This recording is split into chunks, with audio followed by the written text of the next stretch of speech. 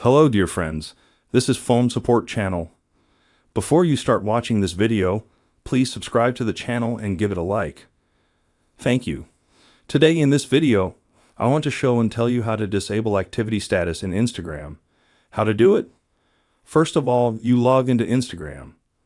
What is activity status? It's a feature that allows other people to see that you're online right now. It's also when you were last online.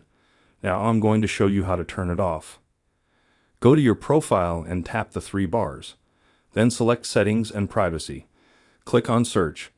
And in the search we write the word Status. And here we find the item Show Activity Status. We select that option. If we turn off this checkbox, the activity status will be disabled. We turn this slider off. But you can also turn the status back on and click on Public. If you want the activity status to be seen only by those who are subscribed to you, click Accounts you follow. Done. Nothing complicated. If you like this video, please like and subscribe to the channel.